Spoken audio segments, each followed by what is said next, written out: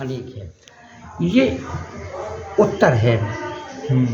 उत्तर में इसके 5 भाग हैं ईश्वर के। अच्छा, कितने भाग हैं? 5। हमने आपको कल समझाए थे 5 भाग। उसमें 2 भाग तो आपकी समझ में आ गए, तीसरा भाग भी आपकी समझ में आएगा। तो जो 5 भाग हैं, इन भावों को आपको हम प्रमाण दे के समझा रहे हैं, प्रमाण दे के समझा रहे हैं। तो ईश्वर जब आत्मा, जिसको शिव आत्मा कहते हैं, हाँ, कौन सी आत्मा कहते हैं?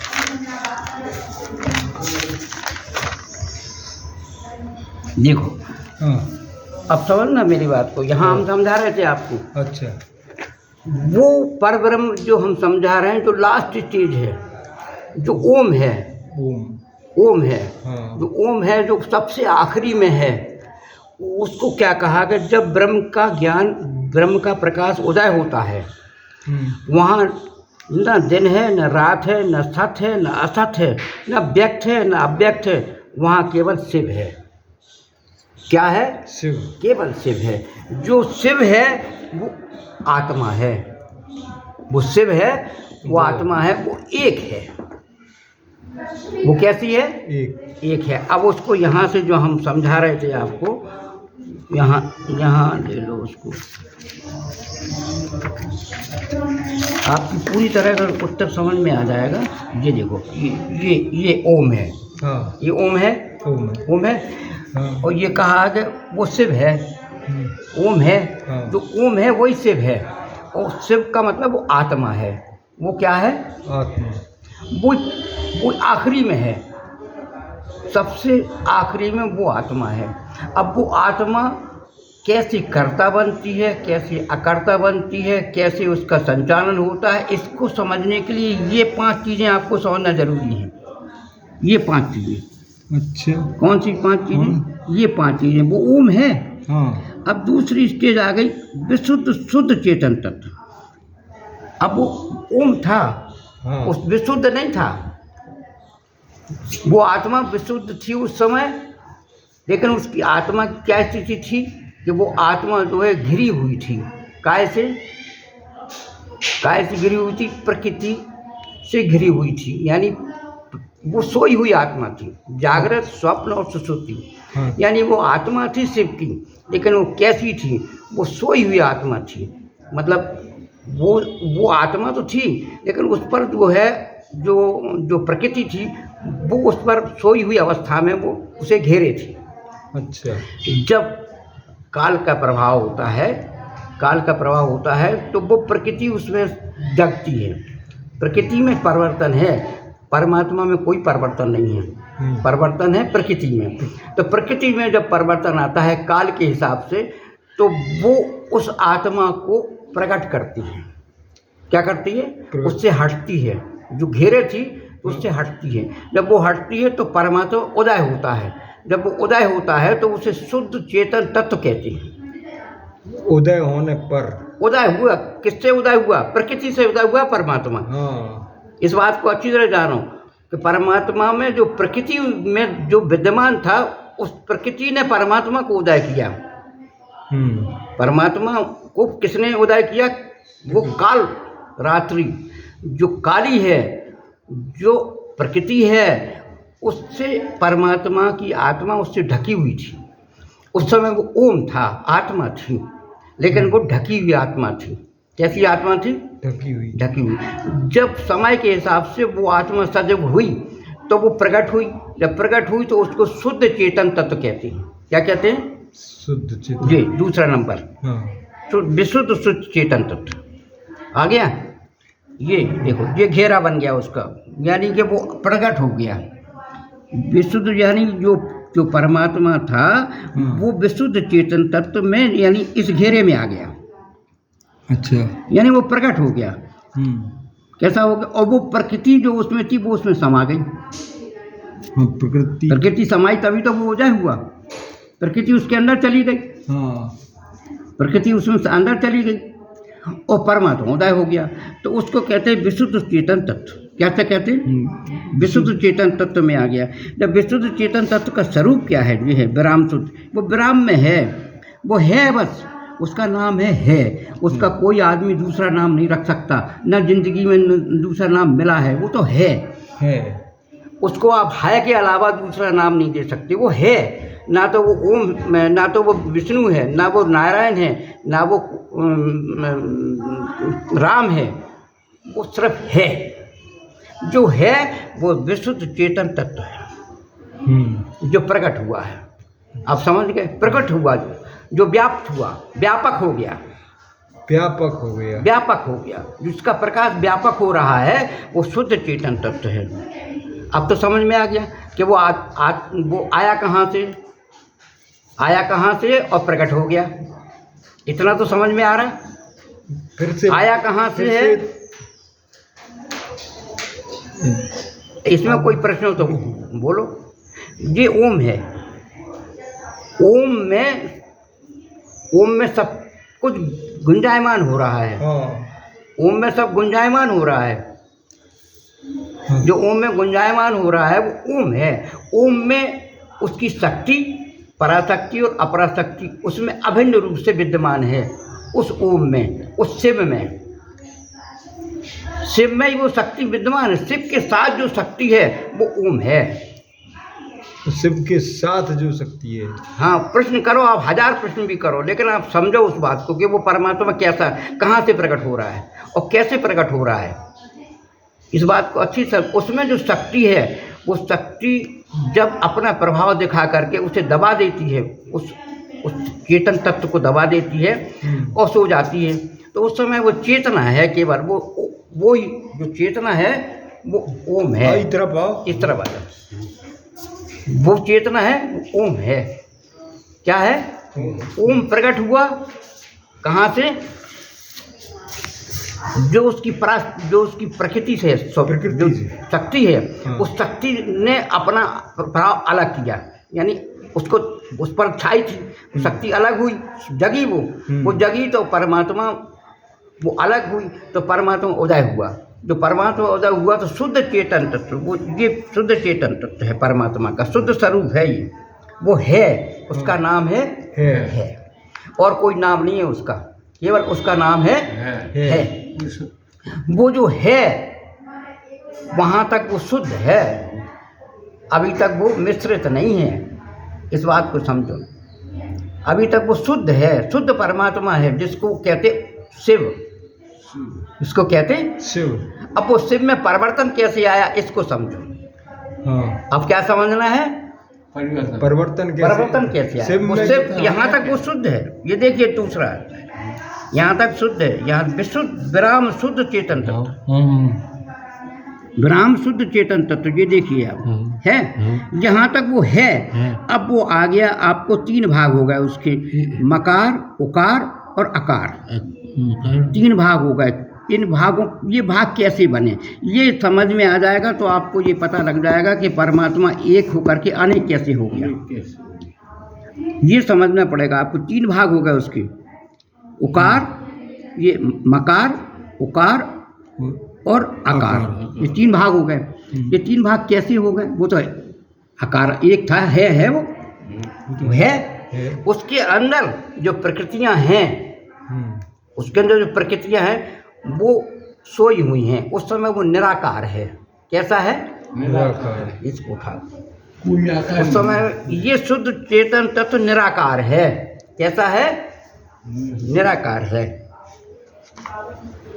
ये है, देखिए, ये परब्रह्म, ये सबसे बड़ा है और ये जो है सबसे धारण किए, वो सबको धारण किए हुए, प्रकृतियों को धारण किए हुए, वह सबसे बड़ा है। सबसे बड़ा वही है, वह समस्त प्रकृतियों का स्वामी, शासक और संचालक है।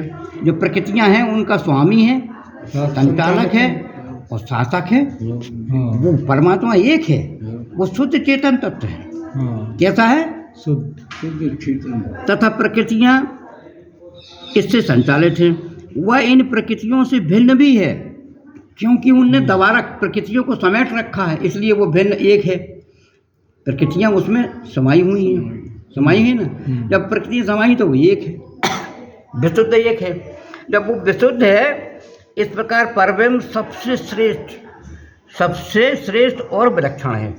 परमात्मा कैसा है? सबसे श्रेष्ठ है और विलक्षण, उसकी कोई गणना नहीं कर सकता। कर सकता कोई? वो तो है। वो तो है। जब विलक्षण है तो फिर उसको आदमी का है वो एक तरह। अब उसका परिवर्तन कहाँ से होता है? देखो परिवर्तन, देखो उसकी परिवर्तन कैसे हो रहा है। जब वह परिवर्तन अपनी कारण अवस्था में रहता है, कारण अवस्था में मतलब वो कारण में रहता है, वो है वो उसका कारण है कि वो उदय हुआ है।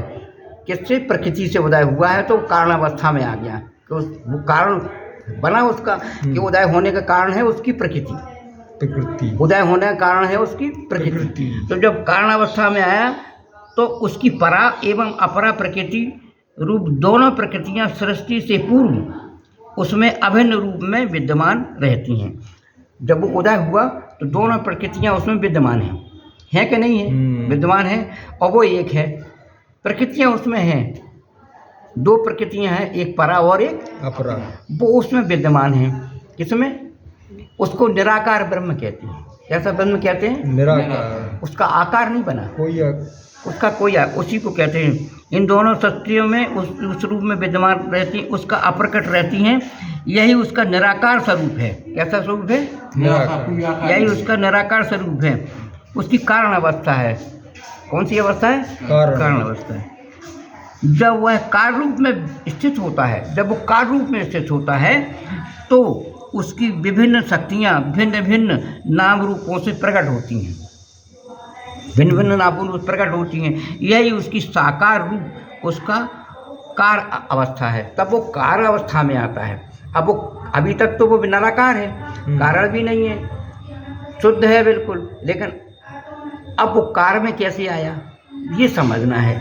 जब कार्य में वो आया है, जब तक आप इन तीनों चीज़ों को नहीं समझेंगे, इन तीनों को नहीं समझेंगे, तब तक आपकी समझ में वो उसका स्वरूप नहीं आएगा। अब वो विशुद्ध हो गया, अब विशुद्ध तक तो आप पहुंच गए। हाँ। अब विशुद्ध आया वो, तो विशुद्ध में क्या है? तेज है। क्या है? तेज है। परमात्मा में कैसा है? तेज है। जब परमात्मा तेज है, उसका तेज जब प्रकट हुआ तो धीरे, जैसे सूरज निकलता है तो सूरज एकदम गर्म होकर नहीं निकलता, नहीं एकदम गर्म होकर निकलता है। नहीं। धीरे धीरे वो लाल होता है, फिर लाले में फिर सफ़ेद होता है, फिर वो सफ़ेद से पूरा तरह जग जाता है तो उसका तेज फैल जाता है। इसी तरह परमात्मा जब प्रकट हुआ तो उसमें तेज बढ़ा। क्या बढ़ा? तेज। उसके तेज से क्या हुआ कि उसकी गर्मी से जो प्रकृति उसमें सोई हुई थी वो जग गई। जब वो प्रकृति जगी, उनमें चेतना आई कि उसके प्रकाश में परमात्मा ने कुछ नहीं किया।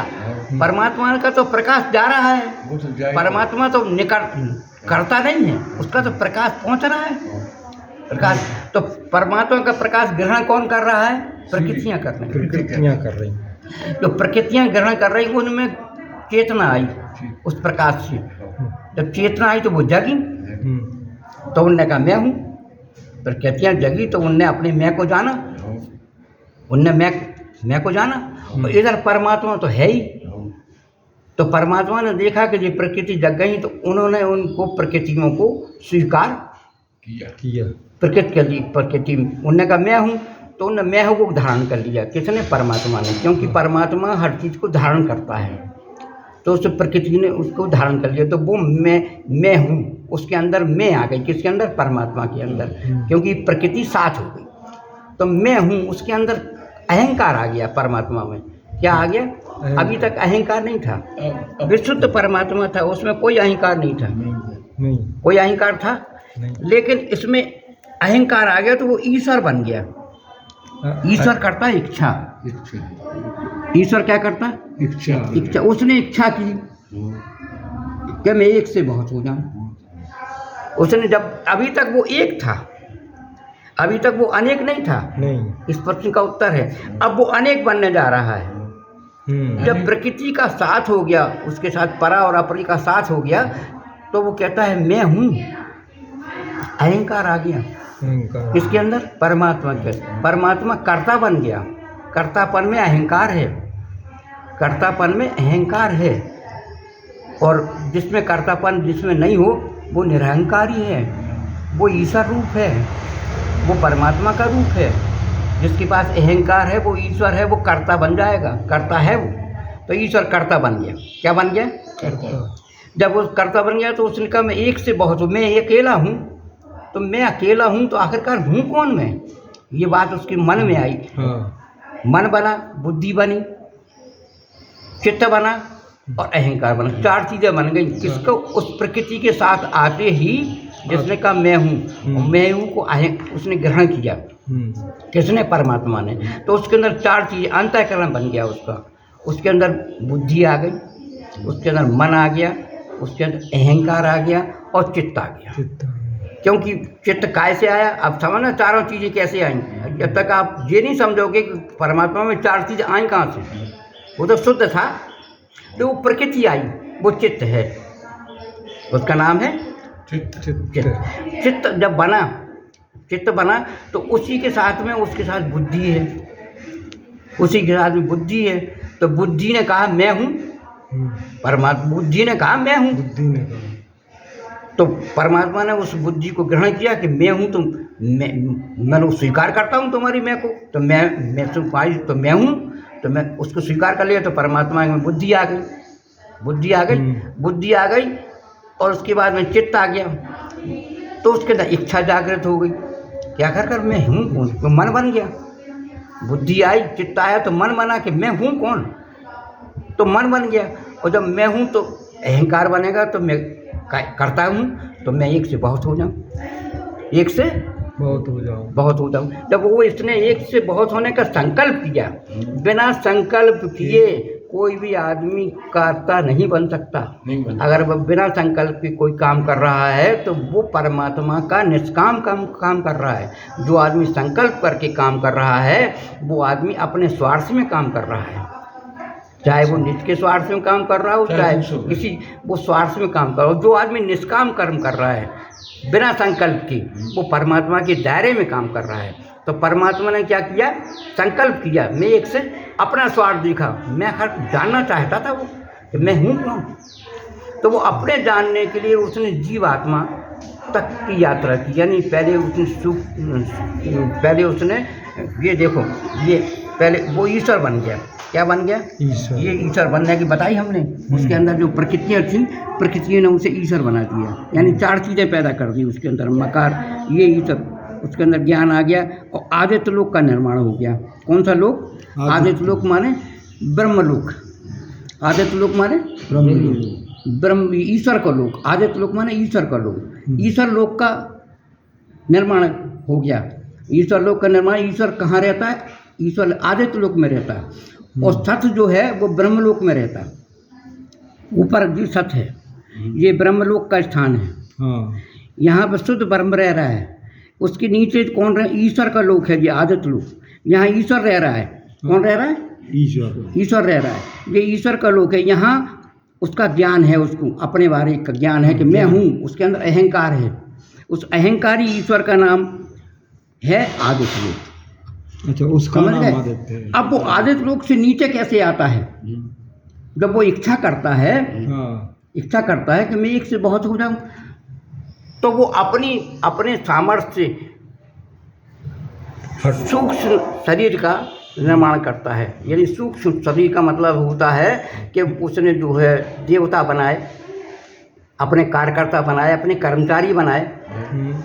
और कर्मचारियों के द्वारा उन्होंने जो है वो आगे की रूपरेखा, तो कर्मचारी बनाए ना, तो वो सबल रूप बना। ये आ गया उसका हिरण्यगर्भ, गर्भ का स्थान। गर्भ का स्थान है जिसमें देवता बनते हैं, जिसमें अमानस बनते हैं, मानव शरीर अमानस बनते हैं, देवलोक बनते हैं, सूरज बनता है, चांद बनते हैं। मतलब विभिन्न देवता वहाँ प्रकट होते हैं जिनको कारमंडल कहा जाता है। क्या मंडल? कार्यमंडल। वो कार्यमंडल का काम किसको सौंप दिया? परमात्मा ने ब्रह्मा को सौंप दिया। हाँ, ब्रह्मा को सौंप दिया। ये विष्णु है, ये ईश्वर विष्णु है। हाँ उसने ब्रह्मा को ये काम सौंप दिया कि अब तुम रचना करो। हाँ। ब्रह्मा ने क्या किया? हिरण्यगर्भ, ये सबल ब्रह्म है। हम्म। ये कौन है? सबल सबल ब्रह्म है। सबल। ये सबल ब्रह्म को जिम्मेवारी मिल गई संसार बनाने की, तो इसने संसार की रचना शुरू कर दी। इसने क्या किया? संसार की आकाश बनाया, पृथ्वी बनाई, जल बनाया, अग्नि बनाई, क्षिति जल पावक गगन जमीन, 5 तत्व बना की रचना करी है किसने की? इसने की। ब्रह्मा जी ने। और जो है रूप रस गंध शब्द स्पर्श, ये तत्व यहीं से प्रकट हुए हैं। कहाँ से? इन्हीं यहाँ से, रूप रस गंध। और पहले हमने बताया आपको 4 तत्व पहले आ गए, रूप रस गंध ये आ गए, तो ये 8 तत्व हो गए। ये 8 तत्व बने जिसको प्रकृति कहते हैं। ये प्रकृति में 8 तत्व हैं, क्षिति जल पावक गगन जमीन रूप मन बुद्धि अहंकार। ठीक है, तो 8 तत्व से प्रकृति बन गई। उस परमात्मा की प्रकृति यहाँ से काम कर रही है। फिर उसने कहा विराट हो जाऊं, तो उसने फिर जीव का निर्माण किया, जीवात्मा। अब जीवात्मा में प्रकृति नहीं है। जीवात्मा बनी कैसे? ये बात समझो अच्छी तरह से। जीवात्मा में 2 प्रकृतियां हैं, एक परा और एक अपरा। अपरा प्रकृति केवल भौतिक काम कर सकती है, उसमें चेतना नहीं है। अपरा प्रकृति में चेतना नहीं है। अपरा प्रकृति केवल है, वो है, लेकिन वो संचालित नहीं कर सकती। संचालित करने वाली है परा प्रकृति। परा प्रकृति में चेतना है। तो परा और अपरा मिल गई दोनों। परमात्मा की इच्छा थी कि एक से बहुत हो जाऊं, दोनों शक्तियां मिली, तो जीव बना। दोनों शक्तियां मिलकर की क्या बना? जीव। चींटी बनी है। कोई भी चीज़ ले लो आप, हाथी बना, तो वो 2 से मिल के बना। जो 2 से मिल के बना वो जीव है। जीव में परमात्मा प्रवेश कर गया, अपनी आत्मा डाल दी, तो वो 3 हो गए। क्या हो गए? परमात्मा का स्वभाव है कि जो जीव होता है उसमें आकर्षण शक्ति होती है। जीव में आकर्षण शक्ति होती है। जीव में आकर्षण आया, और परमात्मा का स्वभाव है कि जहाँ वो आकर्षण होता है वहाँ वो पहुँच जाता है। तो परमात्मा वहाँ पहुँच गया। तो पराशक्ति, अपराशक्ति और परमात्मा, ये 3 हो गए। क्या हो गए? अब 3 हो गए तो 3 तत्व पैदा हो गए। 3 तत्व कौन कौन से? रजोगुण, तमोगुण और सतोगुण। अब रजोगुण कहाँ से आया? अब इसको देखो। अब रजोगुण कहाँ से आया? रजोगुण का मतलब होता है पराशक्ति। परा में चेतना है, करने की शक्ति किसमें है? परा में है। परा से जीव बना, परा उसमें शामिल है। और अपरा वो है कि जो कार्य नहीं कर सकती, मतलब आकार ले सकती है। आकार ले सकती है। जो तुम्हारा आकार बन जाए, तुम्हारे इसमें चेतना निकल जाए, तो शरीर सब हो जाएगा। इसमें से जो 5 तत्व यहीं पड़े रहेंगे, शरीर पड़ा रहेगा, आकार है आपका, लेकिन उसमें चेतना नहीं है, तो ये सब है, शिव नहीं है। सब हो गया। चेतना शक्ति निकलने के बाद सब हो गया। वो जो सब हो गया, उसमें चेतना शक्ति परा है, वो उसमें जब तक प्रवेश कर रही है तब तक वो शिव है। जब तक वो, क्योंकि वो आत्मा है, आत्मा ही शिव है, तो वो शिव हो गया। समझ में आया? तो जीव आत्मा बनी। जीवात्मा काय से मिलके बनी है, ये समझो आप। परा और अपरा से आकार बना। आकार चेतना बना, चेतनामयी आकार। उसमें परमात्मा ने अपना अंश डाल दिया, तो वो समझ है। जो अंश डाली वो ज्ञान है। ज्ञान का प्रकाश है। ज्ञान का प्रकाश किसी में पहुंचा? उस जीव में पहुंचा। हर जीव में ज्ञान प्रकाश है। कोई जीव ऐसा नहीं है जो मरना चाहता हो। कोई जीव ऐसा बता दो तुम्हें संसार में जो मरना नहीं चाहता है? नहीं चाहता ना। जो मरना नहीं चाहता है वो परमात्मा की शक्ति है। वहाँ पर वो परमात्मा की आत्मा जो है काम कर रही, प्रकाश काम कर रहा है, ज्ञान काम कर रहा है। तो ज्ञान काम कर रहा है, वो क्या हो गया? वो परमात्मा है। तो 3 चीज़ें मिलकर के 3 तत्व बने। एक अहंकार, अहंकार में अज्ञान है। अज्ञान में क्या है? अज्ञान। वो अपरा है। जो अपरा है वो अज्ञानी है। अपरा कैसी है? अज्ञानी है। परा कैसी है? चेतना है उसमें, उसमें चेतन शक्ति है। तो दोनों से मिलकर आकार बन गया। उस परमात्मा ने अपना प्रकाश दे दिया ज्ञान का। तो अपरा हो गई तमोगुण, अपरा हो गया तमोगुण में अकड़ है उसमें। किसमें? अपरा में अकड़ है। और चेतना में क्रिया शक्ति है। चेतना में क्रिया शक्ति है। तो वो जो अकड़ है वो चेतन हो गई, वो करने लगी। और सतोगुण परमात्मा है। सतोगुण ने अपना अंश दिया तो वो सतोगुण है जिसने अपना अंश दिया। तो तीन गुण किसमें आ गए? प्रकृति में आ गए। तो प्रकृति कैसी हो गई? त्रिगुणी हो गई। रजोगुण, तमोगुण, सतोगुण। 3 गुण आए कहाँ? 3। जब तक आप उस चीज़ का पैदा नहीं पता लगेगा कि इसका तत्व क्या है, कहाँ से पैदा हुए, तब तक आपकी समझ में कुछ नहीं आएगा। ये 3 तत्व प्रकृति में हैं। तो जीव बन गया। क्या बन गया? जीव बन गया। अब जीव तो बन गया। अब तुम ये सोचो कि जीव तो बन गया, लेकिन उसमें मनुष्य तक कैसे आया? वो जीव तो बन गया, वो कीटा भी बन गया, वो सांप भी बन गया, वो मछली भी बन गया, वो पत्थर भी बन गया। ये योनियाँ हैं। 84 लाख योनियाँ पार करके इंसान क्या बनता है? मानव बनता है। तो धीरे धीरे उन योनियों के माध्यम से मरता गया और आगे बढ़ता गया, मरता गया और आगे। तो वो चेतना का विकास है। वो जो चेतन शक्ति है, पराशक्ति है, उसका विकास हो रहा है। उसका विकास काय के द्वारा हो रहा है? परमात्मा के प्रकाश के द्वारा। परमात्मा का जो प्रकाश है वो ज्ञान है। उस प्रकाश से वो चेतना जो है पराशक्ति वो विकास कर रही है। तो धीरे धीरे विकास करते करते करते करते वो मानव योनि तक है। मानव योनि तक आया। पहले पत्थर में लचक होती है भाई साहब। पत्थर में लचक होती है। तो लचक का मतलब है कि उसमें लचीलापन है। पत्थर खनिज बनी फिर, यानी कि हीरा मोती जवाहर, खनिज से फिर आगे बढ़ो आप। खनिज से आगे बढ़ोगे तो आपको मिलेगा लता पत्ता। लता पत्ता में धीरे धीरे क्या पढ़ने की ताकत आ जाती है। आ जाती है ना। कोई भी चीज़ बोओगे तो ऊपर जाने लगती है। लता पत्ता एक योनि है। उस योनि से आप आगे बढ़ोगे तो फिर मछली योनि आएगी। मछली में लचक है, समझ है, और लचक है, उसे मछली योनि का विकास किया आदमी तो फिर पक्षी योनि में आया। योनियों का विकास हो रहा है। पक्षी योनि बनी। जब पक्षी योनि बनी तो पक्षी का विकास हुआ तो जानवर बना। क्या बना? चौपाया बन गया। तो चौपाया बन गया, जानवर बना।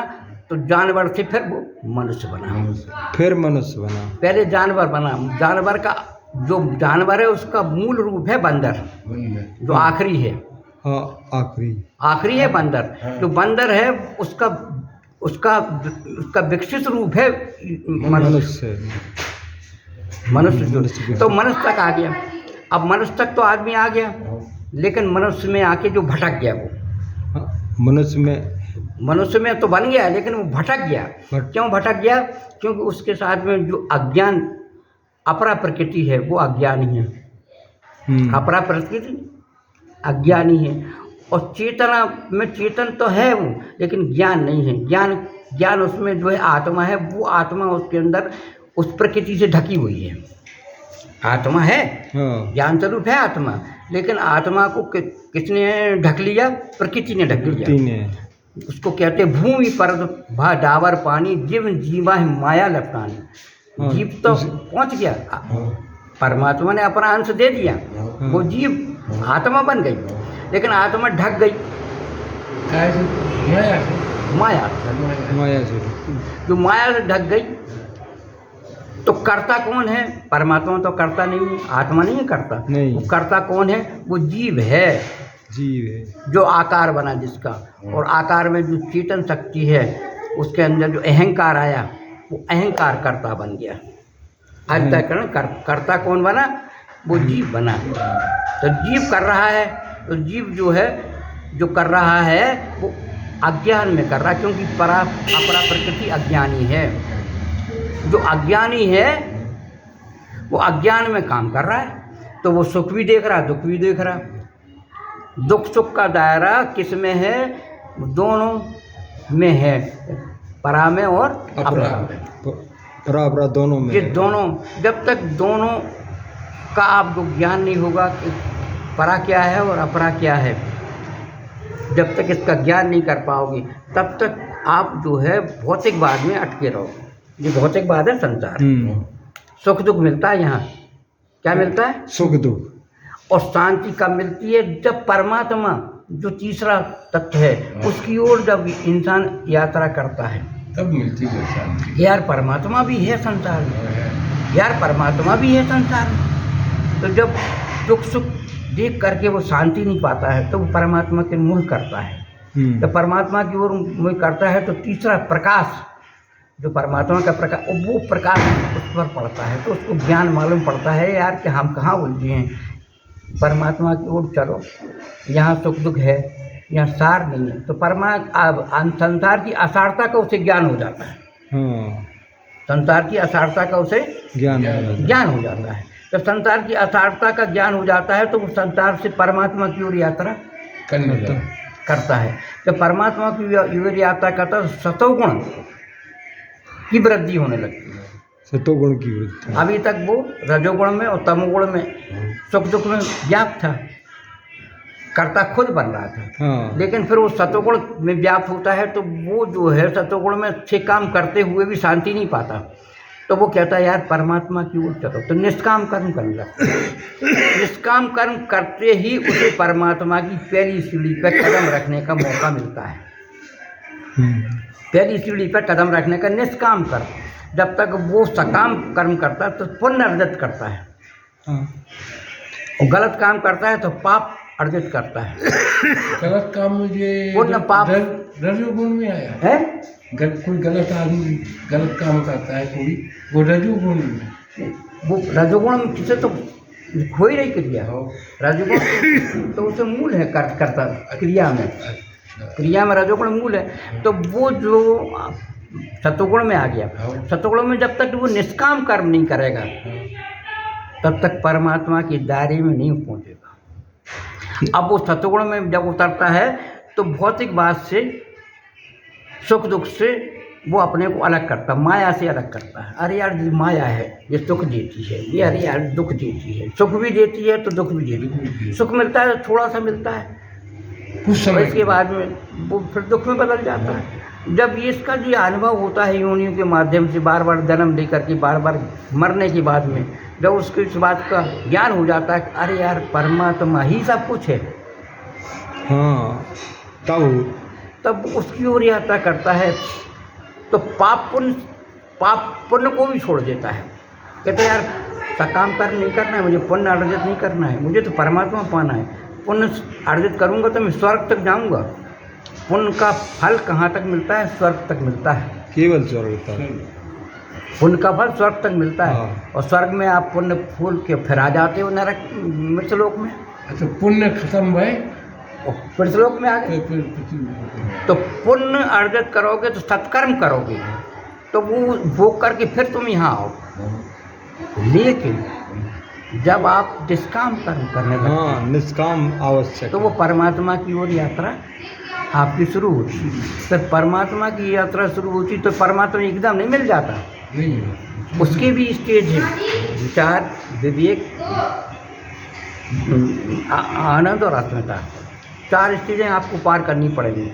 कौन सी 4 स्टेजें? जब आप पार करोगे विमर्श, विचार, आनंद और अस्मिता, तो लोक पार करोगे। विभिन्न परमात्मा के विभिन्न लोक हैं ऊपर, जिनमें ये अमानुष रह रहे हैं, शरीरधारी नहीं रह रहे, अमानुष रहे। जो जिस स्टेज तक पहुंच जाता है, जो विमर्श में कामयाब हो गया, तो विमर्श का स्टेज अलग है।